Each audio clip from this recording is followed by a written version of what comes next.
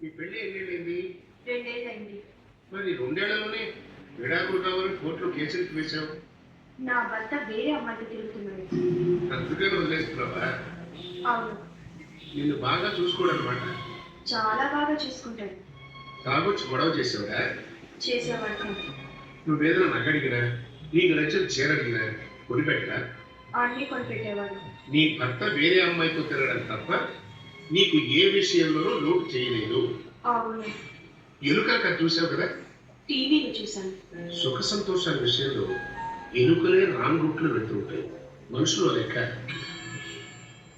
ఎలుకలకున్న understanding మనుషులకు కూడా ఉండాలి. అందుకని కేసు విత్డ్రా చేసుకుని నీ భర్తతో సుఖంగా ఉంటావు. నోరు మూసుకోండి సార్.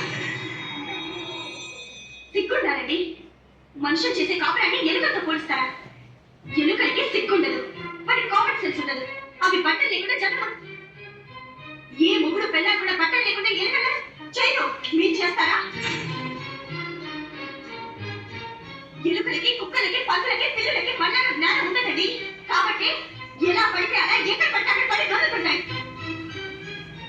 మనం సంసార ధర్మం పాటిస్తాం కాబట్టి ఇది మా అమ్మ, ఇది మా నాన్న, ఇది మా తాత, ఇది మా ముత్తాత, ఇది మా బాబా, ఇది మా పెదనాన్న, ఇది నా చెల్లి, ఇది నా అక్క అని నా వాళ్ళని గర్వంగా చెప్పుకుంటామండి.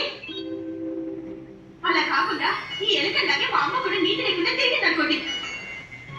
100 మంది మగవాళ్ళతో మా అమ్మ చేసిందనుకోండి. అలా నేను పుట్టాననుకోండి.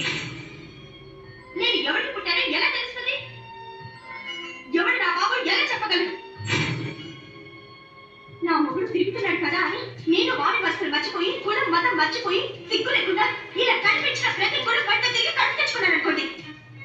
నాకు పుట్టిన బిడ్డ ఏ గుడి వాడని చెప్తాను, ఏ మతం వాడో ఎలా తెలుస్తుంది? ఇలా ఎవడు పడితే వాడితో, దేంట్లో పడితే దాంతో తిరుగుతూ ఉంటే కుటుంబాలు బంధుత్వాలు ఉండవండి.